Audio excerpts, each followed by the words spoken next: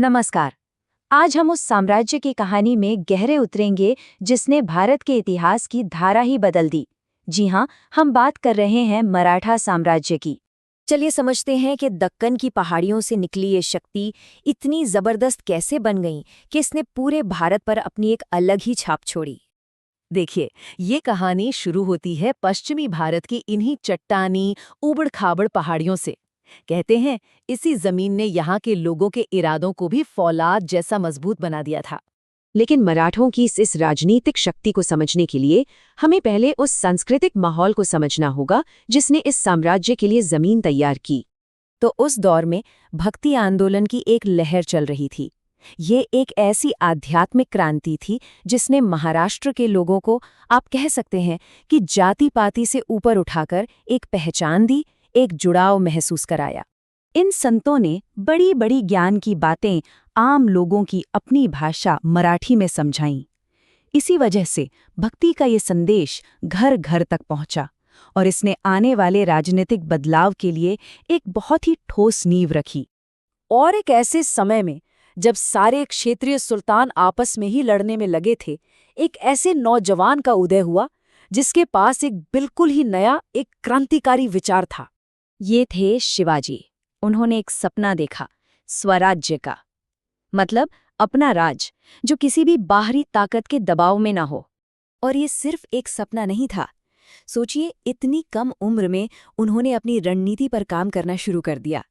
पहला कदम, अपने ही इलाके पुणे में अपनी पकड़ को मजबूत करना।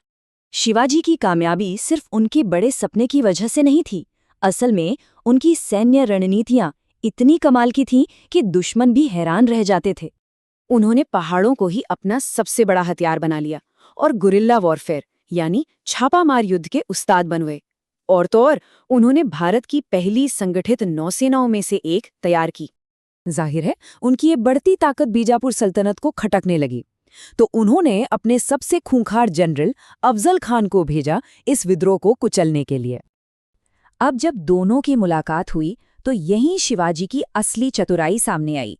उन्होंने एक छिपा हुआ हथियार, जिसे वाघ नख कहते हैं, उसका इस्तेमाल करके पूरी बाजी ही पलट दी। नतीजा, एक ऐसी शानदार जीत जिसने न सिर्फ अफजल खां की सेना का सफाया किया बल्कि पूरे दक्कन में शिवाजी के नाम का डंका बजा दिया। उनकी चतुराई का एक और जबरदस्त किस्सा है आगरा से उनका बच निकलना। जब मुगलों ने उन्हें कैद कर लिया तो वो मिठाई और फलों की टोकरियों में छिपकर वहां से निकल भागे। कमाल है ना?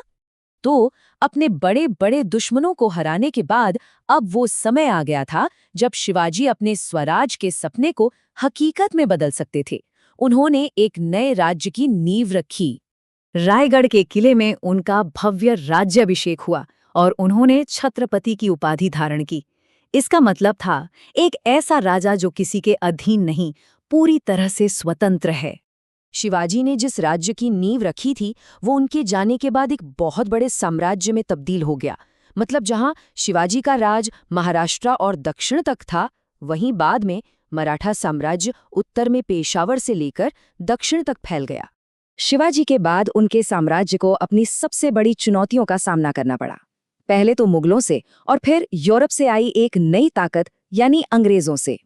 लेकिन ये साम्राज्य एक सदी से भी ज्यादा समय तक टिका रहा। इस दौरान उन्होंने मुगलों और अफगानों से जंग लड़ी और आखिरकार भारत में अंग्रेजों के सबसे बड़े प्रतिद्वंद्वी के तौर पर उभरे। और ये बात बहुत अहम है कि अंग्रेजों ने भारत को मुगलों से नहीं बल्कि मराठों से छीना था। मतलब भारत पर अपना राज कायम करने के लिए उन्हें पहले मराठों को हराना पड़ा। तो आखिर में ये कहानी हमें सोचने पर मजबूर करती है।